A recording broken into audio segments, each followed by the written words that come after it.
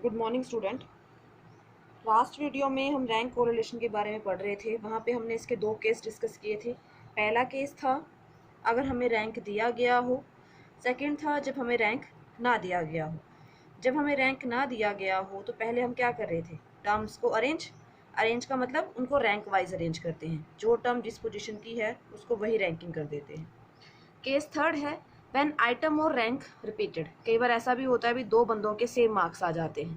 तो उस केस में हम क्या करते हैं, जैसे मान लो कोई भी रैंक आ गया, एक 7 आ गया तो उसे नेक्स्ट क्या आएगा 8। तो उन दोनों को 7 और 8 दे के उनकी मिड वैल्यू ले लेते हैं। 7 + 8 डिवाइडेड बाय 2, तो वह रैंकिंग।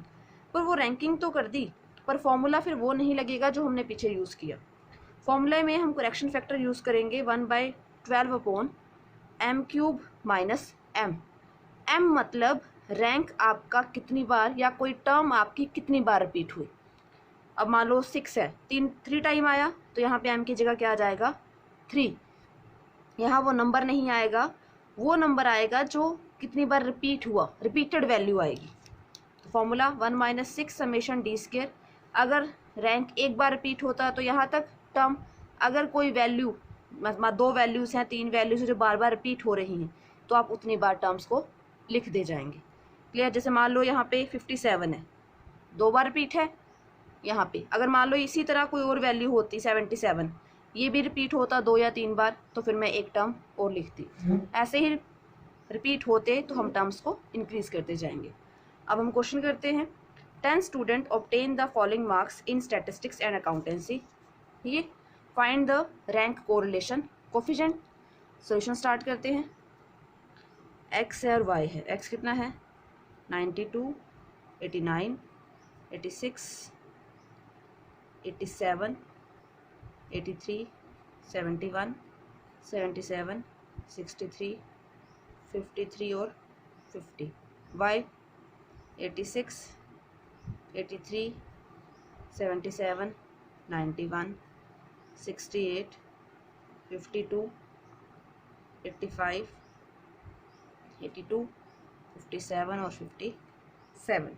रैंक कोरिलेशन निकालना है तो रैंकिंग करो अब इनकी। इसमें हाईएस्ट टर्म क्या है आपकी, दैट इज़ 92। उसके बाद नेक्स्ट 89, फिर 86, नहीं चेक करो, 89 के बाद नेक्स्ट क्या है 87, 3, 4, 86 के बाद फिर क्या 83, इसको क्या आएगा रैंक 5। 83 के बाद 77, 77 को रैंकिंग आएगी 6। फिर 71, 71 के बाद 63, रैंक 8, 9 और 10। अब y की बात करें, y में हाईएस्ट वैल्यू क्या है 91, रैंक 1। 91 के बाद नेक्स्ट क्या है, दैट इज 86, रैंक 2। 86 के बाद 85, रैंक 3। फिर 83, रैंक 4। फिर 82, रैंक 5। 82 के बाद नेक्स्ट क्या है भाई 77, रैंक 7। 77 के बाद 68, 7। अब उसके बाद क्या 57, 57 2 टाइम है। तो अगर मैं इसको एक रैंक दूं तो ये मतलब नेक्स्ट क्या होगा 9th। तो मैं ये तो नहीं कह सकती भी इसको 8 और इसको 9th दे दूं, क्योंकि वैल्यू क्या है दोनों की सेम। तो यहाँ पे 8 + 9 17 डिवाइडेड बाय 2 इज 8.5। तो यहाँ क्या लिखेंगे 8.5, 8.5 और लास्ट में फिर ये 10। अगर मान लो 57 3 बार रिपीट होता तो 7, 8, 9 और 10, तो उसको डिवाइड करती मैं 3 से। यहाँ पे 2 नंबर थे तो 2 से किया, 3 होंगे तो 3 से। उसके बाद नेक्स्ट डिफरेंस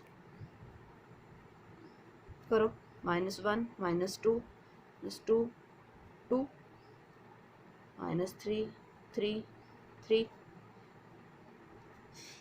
0.5 एंड 1.5। फिर उसका स्क्वायर 1, 4, 4, 4, 4, 9, 9, 9, 0.2, 2.25 दैट इज़ 46.50। यहाँ पे लिख लो इन y सीरीज कौन सा नंबर रिपीट हुआ था 57 अगर 2 टाइम्स तो m की वैल्यू कितनी आएगी 2। n कितना है आपका 10, समेशन d स्क्वायर कितना आया 46.50। रखिए फॉर्मूले में। अब फॉर्मूला क्या पूरा अप्लाई होगा, नहीं, सिर्फ यहाँ तक, क्योंकि एक ही नंबर है जो रिपीट हो रहा है।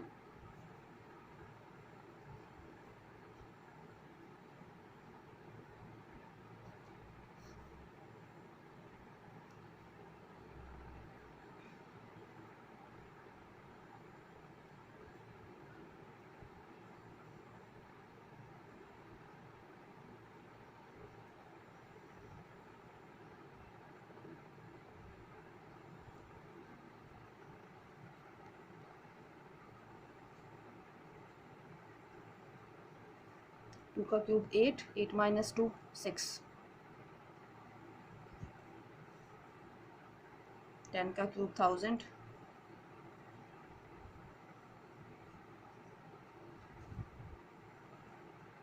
1/2 is 0.5,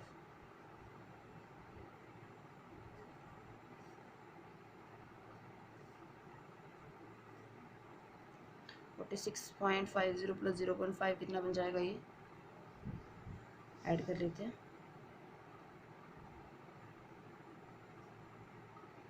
10 it is 47,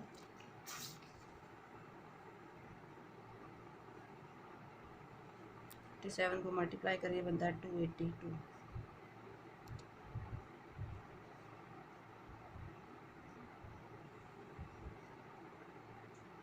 990 माइनस करते हैं 8 1 2, 218 अपॉन 990 डिवाइड करेंगे 0.715। क्लियर। तो ये था जब हमारा रैंक रिपीट हो रहा हो। अगर इसमें आपको कोई डाउट हो तो आप मेरे से कॉन्टैक्ट कर सकते हैं। Thank you. हाँ।